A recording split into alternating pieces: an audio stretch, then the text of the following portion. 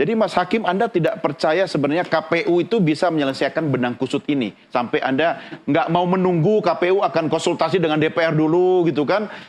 Ke MA nggak benar, ke KY ya kan? Akhirnya MK, gimana dong?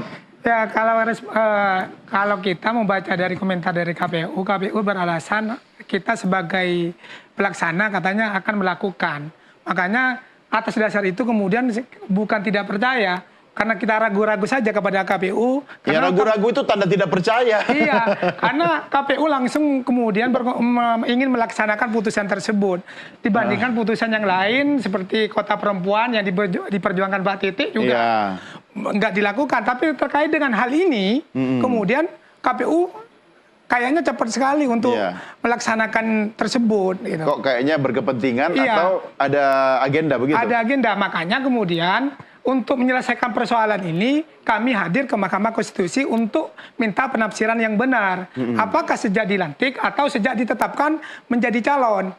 Kalau misalnya, sebenarnya kita lucu ketika melihat pertimbangan MA, dalam pertimbangannya alasannya sederhana, bahwa dalam Undang-Undang Pilkada nomor 10 2016 itu katanya tidak menetapkan sejak kapan proses itu, apakah ada pendaftaran apa sejak dilantik. Cuman kan lucu juga, kita tahu bahwa proses pendaftaran itu, calon itu adalah sejak mendaftarkan, bukan sejak dilantik. Dan kita paham bahwa dalam pasal 7, kemudian pasal 7 ayat 1, pasal 7 ayat 2 huruf E itu adalah tarikan satu napas sebenarnya. Artinya pasal 7 ayat 1-nya itu dengan pasal 7-2-nya itu selaras. Artinya kalau selaras sudah jelas bahwa pasal 2 itu adalah sejak ditetapkan mendaftar menjadi calon. Tidak perlu ada multitafsir ya. Yang kedua, bahwa MA itu bukan positif norm, bukan menciptakan norma baru. Tapi dalam hal ini seharusnya negatif norm, membatalkan saja. Dalam hal ini dia menciptakan norma baru itu dengan alasan bahwa itu belum jelas di dalam undang-undang. Jadi yang bikin kisru MA. Lah, tadi Pak Marwarar bilang, udahlah nggak usah bikin rusuh lagi, ya kan?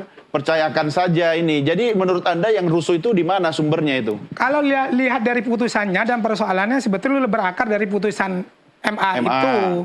Maka bisa dikatakan yang membuat kisru awal yang MA. Bukan Anda dan teman-teman. Nah, kita ini hanya merespon dari keinginan publik. Apa sih keinginan publik? Ternyata dapat penolakan sekali dari publik. Dan memang terburu-buru putusan itu. Sudah kita bahas sebelumnya, sejak penetapan 27 Mei misalnya, 29-nya sudah diputus. Aprilnya 29. Ya. Itu kan kelihatan sekali. Loh, bukannya kalau cepat itu bagus? Sudah kita bahas sebelumnya, cepat memang bagus. Cuman kalau cepat hanya untuk seseorang dan siapa itu kan jadi tidak equality before of law.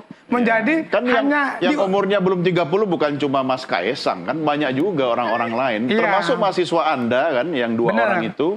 Siapa tahu memang punya kepentingan mau ke situ. Lah, persoalan memang kita sejak kemarin sudah dikatakan di sini, bukan saya tidak pro terhadap pemimpin muda, hanya prosesnya yang harusnya caranya. Misalnya kita sepakat bahwa ke gubernur itu ala umur di bawah 30, ayo kita uji ke publik, ayo kita kemudian adakan RDP, ayo kita hearing dengan masyarakat, apakah sepakat atau tidak. Tapi setelah proses ini tidak kemudian ada kepentingan, kemudian dirubah.